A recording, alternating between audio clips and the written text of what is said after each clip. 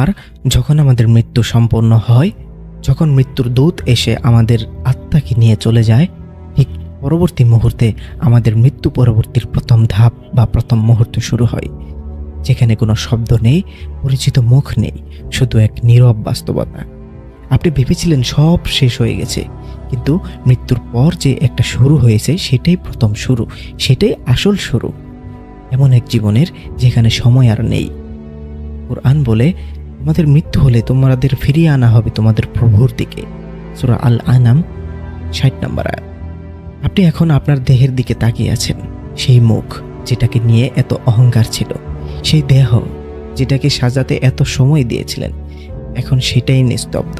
আপনি তাকিয়ে আছেন কিন্তু আর ফিরতে পারছেন না। মৃত্যু আপনাকে আপনার দেহ থেকে আলাদা করেছে, কিন্তু আপনার চেতনা এখনো বেঁচে আছে।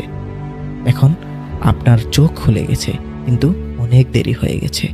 আপনি বুঝতে পারছেন যে আমার পৃথিবীতে আমার দেহটি নিয়ে কি করা হবে, আপনি সেটা বুঝতে পারছেন, কিন্তু আপনি না পারছেন শুনতে, না পারছেন বুঝতে, না পারছেন বলতে, এমনকি না পারছেন কাউকে শোনাতে। আপনি বুঝতে পারছেন যা নিয়ে অহংকার ছিল সব মুছে গেছে, এখন শুধু সত্য সামনে।